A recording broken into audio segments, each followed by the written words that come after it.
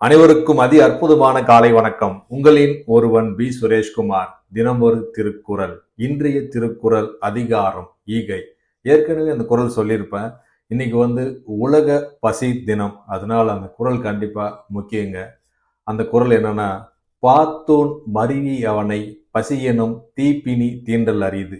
குறள் எண் 227. குறளின் விளக்கம்: பலருடன் பகிர்ந்து உண்ணத் தெரிந்தவர்களுக்கு பசி எனும் தீப்பினி எப்பயுமே அந்த கொடிய நோய், பசி என்ற கொடி நோய் கண்டிப்பா வராதுன்னு சொல்லியிருக்காங்க. ஏன்னா மற்றவங்களோட பகிர்ந்து உண்ண தெரிந்தவர்களுக்கு உலகத்துல என்னைக்குமே அவருக்கு பசி என்ற கொடிய நோய் அவர்களுக்கு எப்பயுமே வராதுன்னு சொல்லியிருக்காரு. அதே மாதிரி ஏற்கனவே ஒரு முன்னொரு குறள் சொல்லியிருப்போம். காக்கை கரவா கரைந்துண்ணும் ஆக்கமும் அன்னரிராக்கி உலன்னு சொல்லியிருக்காரு. அது என்னன்னா, காக்கைக்கு ஒரு உணவு கிடைச்சிச்சுன்னா அந்த காக்கை தான் மட்டும் உண்ணாதுங்களே, மற்றவங்க அவங்க சுற்று சார்ந்தவர்களை கூப்பிட்டு அதை பகிர்ந்துதான் உண்ணுங்களாம்.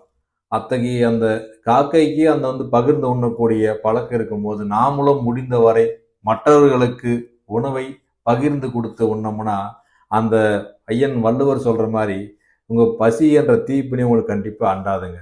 முடிஞ்ச வரைக்கும் அந்த ஈகை அதிகாரம் சொல்ற மாதிரி அந்த ஈகையா உணவு மற்றவங்களுக்கு கொடுங்க.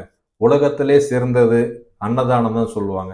அத்தகைய உணவை மற்றவங்களுக்கு கொடுக்கும்போது கண்டிப்பா உங்க சுற்றத்தாரும் மகிழ்வாங்க. கண்டிப்பா உங்களை உள்ளம் மகிழும். கண்டிப்பா அந்த உணவு பெற்றவர்களும் மகிழ்ந்து உங்களை பாராட்டுவார்கள். ஆகையால் அதன் மூலம் பசி என்ற கொடிய நோய் உங்களுக்கு எப்பவுமே அண்டவே அண்டாது. மீண்டும் திருக்குறள்: பாத்தூன் மருவி அவனை பசியெனும் தீப்பினி தீண்டல் அரிது. திருக்குறள் கற்போம், வாழ்வில் உயர்வோம். நன்றி, வணக்கம்.